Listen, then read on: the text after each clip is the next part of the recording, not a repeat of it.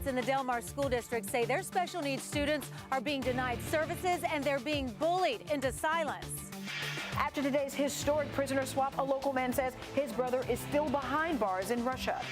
And new video of the San Diego hijackers partying shortly before the 9/11 attacks. What else the video is revealing tonight? How many gallons of water does it take to make 1 gallon of purified water? We verify. And a gift for Mother's Day for a good cause. CBS 8 News live at 6 starts now. A fight is sparking in the Del Mar Union School District tonight, with parents of special needs students saying they're fed up with how their kids are being treated. Good evening, I'm Jesse Pagan, in for Marcella Lee. I'm Carlo Cicchetto. Parents tell us the district is denying their kids services and will stop at nothing to silence them as they advocate for their children. CBS 8's Anna Laurel spent the day in Del Mar working for you to get answers. Anna? A few brave moms did actually speak to me today about what's happening in the special needs community here in the Del Mar School District.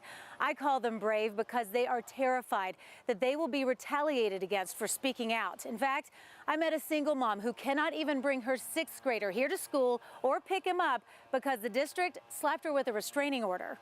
Every day, extremely distraught, and he's super worried that I won't be at his 6th grade play or at his 6th grade graduation. Natalie Reich's son has gone to Ashley Falls Elementary since kindergarten. It's in the Del Mar Union School District, a district she says ignores the needs of special students. At pickup, he would get in my car and cry that they're putting him out in the hallway or some, place. But Mommy, I don't want to be alone. Like, why are they doing that? She kept asking the district for help.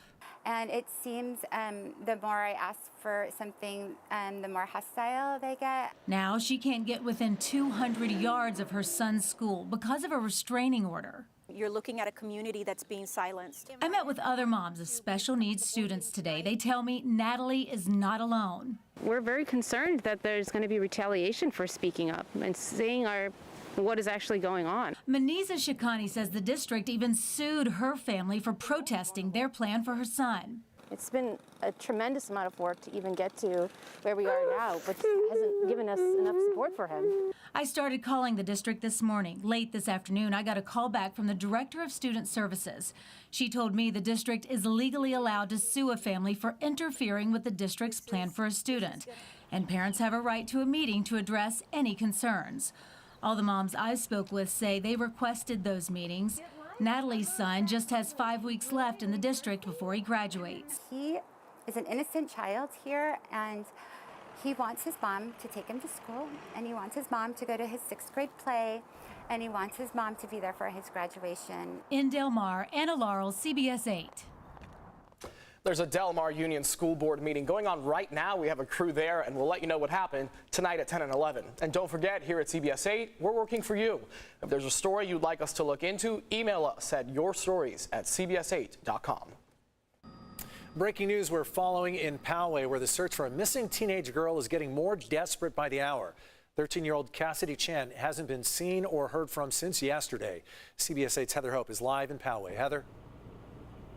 And happening now, about a dozen more search team members have arrived. They're dressed in that bright orange in what's been this makeshift mobile command center set up by sheriff's deputies right in front of the Poway fire station. And we're just a couple miles away from the neighborhood where Cassidy Chan and her dog Lucy were last seen. We'll go ahead and show you some pictures of Cassidy Chan and some photos that we received from the sheriff's department. 13-year-old Cassidy Chan, a 7th grader at St. Michael's School in Poway. Sheriff's deputies say she was last seen yesterday just before 3:30 p.m. at her home in the 18,000 block of Heritage Drive. Deputies say she left home to take their family dog Lucy for a walk, but when she did not return hours later, Cassidy's family called the sheriff's department. Cassidy, again, is 5'1", weighs about 100 pounds. She was last seen wearing a black O'Neill sweatshirt, black pants, and black shoes. Deputies say her dog Lucy was a small white dog, and in a letter emailed to parents this morning at Cassidy's school, the principal said that the Poway Sheriff's Department is actively engaged in pursuing any leads, and 3 investigators were at the school this morning to speak to Cassidy's close friends. We are asking our St. Michael's School to lift up Cassidy and her family up in prayer. And again, back out here live, they have been searching from air and on land. As these new crews are arriving to continue the search throughout the night, they're coming with a lot of equipment, large backpacks, and these hiking sticks that we're seeing. All right, Heather, thank you. Tonight, a Marine is on his way home. The U.S. and Russia unexpectedly traded Marine veteran Trevor Reed for a Russian pilot. However, other Americans are still behind bars in Russia, including the brother of a San Diego man. CBS 8's Kirsten Holmes is following the story for us tonight. Kirsten, how are those other families with loved ones stuck feeling? Yeah, today was understandably bittersweet for them. I talked to Paul Whalen's twin brother, David, who lives right here in San Diego.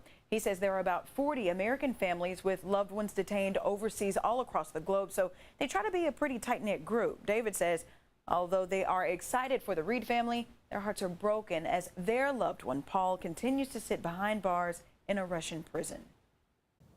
It's a perfect Mother's Day.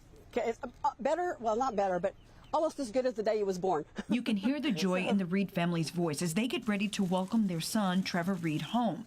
Trevor, a Marine veteran, was imprisoned in a Moscow jail for almost 3 years.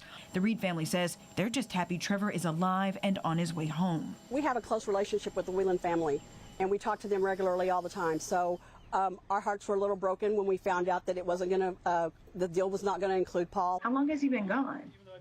1,216 days today. Meanwhile, Paul Whalen, who is serving time in a Russian prison accused of espionage, continues sitting behind bars after he was arrested in 2018. David says today's swap may not be the best news for his brother's case. We know that the Americans have given up one of the concessions to Russia that they had. So that's now not something that can be used in Paul's case. It's not a lever that can be used to get Paul out of his prison. When asked about the possibility of Whalen's release, White House Press Secretary Jen Psaki had this to say. We will continue to advocate for the immediate and unconditional release of Paul Whelan at every opportunity. It's been difficult. We were obviously thrilled. I heard about it 5 o'clock this morning or so. We're thrilled for the Reed family. Anytime a hostage is released or brought home, it's a wonderful thing. And we were disappointed, obviously, that Paul was not the one who was released. A family has limited resources, and you do start to wonder, well, how many more years do we have to do this? And frankly, my parents are both in their mid-80s now. How many more years do they have to live? And will they die before their son gets home? David says Paul calls home regularly, including the day of the prisoner swap, as soon as he found out. It is tough. And his first question to my folks was, why have I been left behind? And then you're left behind, and for who knows how long. It's been a very difficult day. There are now 2 Americans left behind bars in Russia. Basketball star Brittany Griner, who was arrested in February, and Paul Whelan. Leaving Trevor Reed's homecoming met with joy and a lot of painful questions for the family and friends of Griner and Whelan. Thanks, Kirsten. Tonight we know the name of one of the teens killed in a catastrophic crash at Torrey Pines State Beach. 19-year-old Joshua Adonai Manzanares from Lake Elsinore was one of 5 people in that car that crashed Monday night. Police say the 19-year-old driver was drunk and veered off the road and slammed through the guardrail, hit rocks, and then landed on the beach. The 2 other surviving passengers have serious injuries. The driver has only minor injuries. All the teens were either 18 or 19 years old. Tonight, the North County Transit District wants to remind you trespassing on railroad tracks is both illegal and dangerous. Sheriff's deputies will now start enforcing trespassing laws on people they catch doing that. On average, 12 people die each year after walking or crossing NCTD's railroad tracks. Deputies will now focus on areas with the most incidents and might even issue warnings or citations. Those fines could range from $50 to $400. Tonight, the community is remembering the victims of the Poway synagogue shooting. Today marks 3 years since a 19-year-old shooter killed Lori Kay and hurt 3 others, including the rabbi, at the Chabad of Poway synagogue. A moment of silence happened today during an online training about anti-Semitism held by the American Jewish Committee. The training focused on what more can be done at the state and local level to condemn and help prevent hate crimes.